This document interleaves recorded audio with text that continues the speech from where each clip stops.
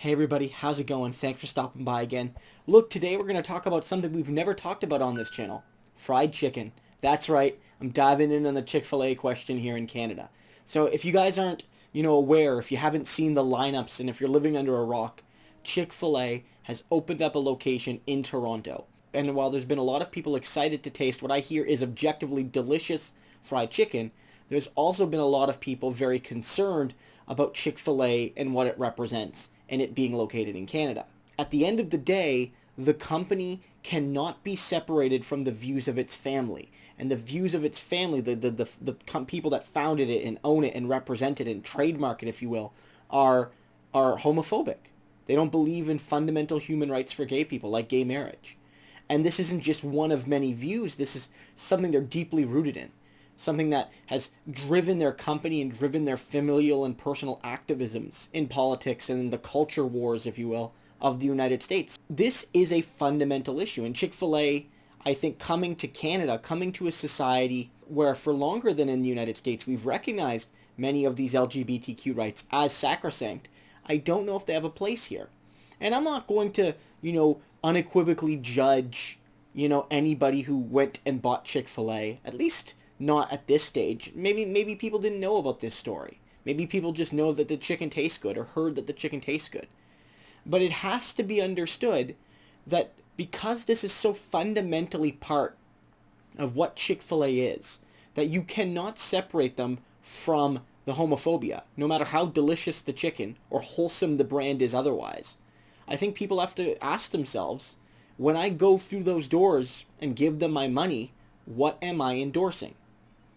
And that's something you should do with all companies. Some people on social media noted saying it's just chicken. Why are people getting so, hung up over chicken? Or others said, well, if you're going to boycott or protest Chick-fil-A, why aren't you doing it for companies ABC, EFGHIJKLMNOP down the line for all of the things they do wrong? And I don't necessarily disagree. I think we have to do a lot more protesting and a lot more scrutiny of a lot more big businesses. Not just the ones that necessarily touch hot button issues from time to time. I think many big businesses have deeply unscrupulous practices, both in Canada and abroad, and we have to pay more attention to that.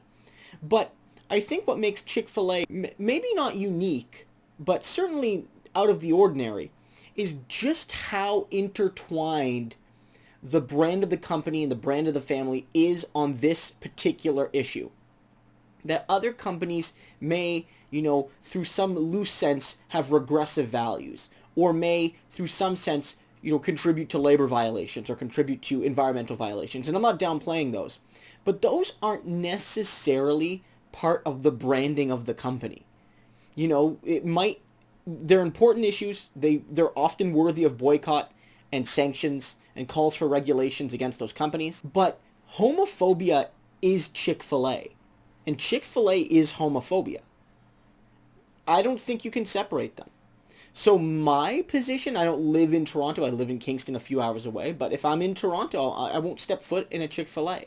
And I'm cognizant of the fact that many other big businesses have ethical violations and legal violations and labor violations that should make it, very difficult to patronize them as well. But I'm aware that we can only do so much.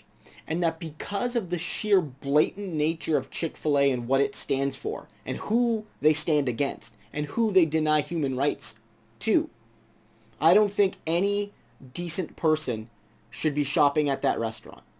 And I know that it's a popular brand. I get that. I heard their chicken sandwiches are delectable.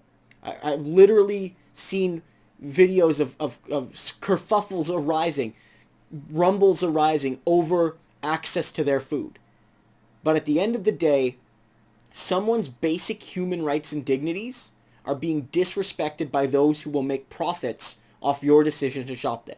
And it's more direct and it's more personal than with many other big corporations. And that's why I think it's not hypocritical for people to be protesting Chick-fil-A and not every other big company that happens to be in downtown Toronto. So I stand with those protesters. I think they're doing the right thing.